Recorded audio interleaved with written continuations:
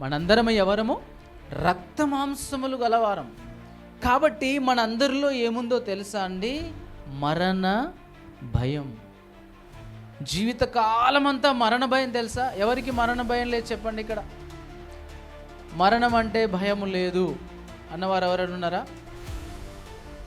మీరు చెప్పినంత ఈజీ కాదు. ఒకవేళ నేను నెక్స్ట్ మీకు డాక్టర్ చెప్పాడు మీరు ఒక వారం 10 రోజుల్లో చనిపోతారని, మీకు భయం బట్టి పీడించదా? అంత సింపుల్గా అంటాం మనము. కోపం వచ్చినప్పుడు, ఆవేశం వచ్చినప్పుడు అంటాం నేను ఎందుకు పుట్టానో, చస్తే బాగుండు అంటాం. కానీ చావు దగ్గర వచ్చినప్పుడు ఎవరికైనా భయమే. మరణం అంటే అమ్మో నేను చనిపోతానని.